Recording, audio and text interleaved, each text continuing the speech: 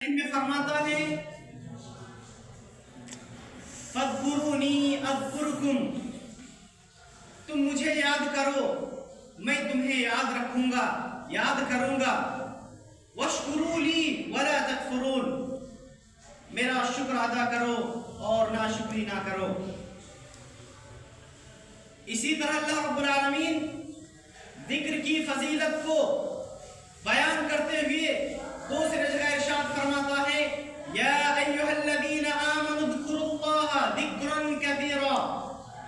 اے ایمان والو اللہ رب العالمین کا زیادہ سے زیادہ ذکر کیا کرو۔ اسی طرح اور ایک آیت میں اللہ رب العالمین فرماتا ہے والذاکرین اللہ کثیرا والذاکرات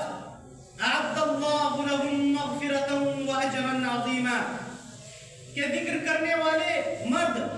اور ذکر کرنے والی عورتیں ان کے لیے اللہ رب العالمین مغفرت اور اجر عظیم تیار کر رکھا ہے۔ اسی طرح اللہ رب العالمین اور ایک مقام پر فرماتا ہے وَاذْكُرْ رَبَّكَ فِي نَفْسِكَ تَضَرُّعًا وَخِيفَةً وَدُونَ الْجَهْرِ مِنَ الْقَوْلِ بِالْغُدُوِّ وَالْآصَالِ وَلَا تَكُن مِّنَ الْغَافِلِينَ، کہ اپنے رب کو دل میں یاد کرو، عاجزی کے ساتھ، انکساری کے ساتھ، خوف کے ساتھ، صبح اور شام یاد کیا کرو اور غافلوں میں سے نہ ہو جاؤ۔ حضرات گرامی، اللہ کے رسول صلی اللہ علیہ وسلم نے فرمایا مثل الذي يذكر ربه والذي لا يذكر ربه مثل الحي والمیت۔ اللہ کے رسول صلی اللہ علیہ وسلم نے اس حدیث مبارکہ میں فرمایا کہ ذکر کرنے والے اور ذکر نہ کرنے والے کی مثال زندہ اور مردہ کے ہیں۔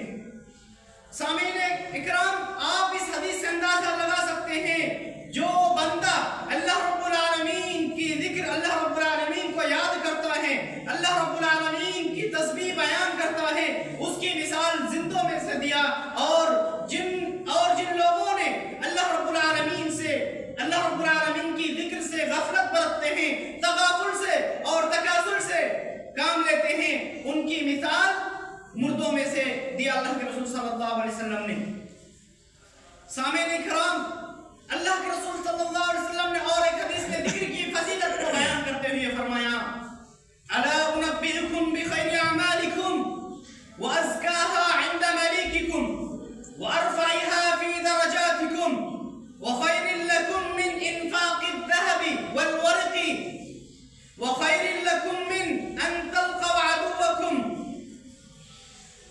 اللہ کے رسول صلی اللہ علیہ وسلم نے فرمایا کہ کیا میں تمہیں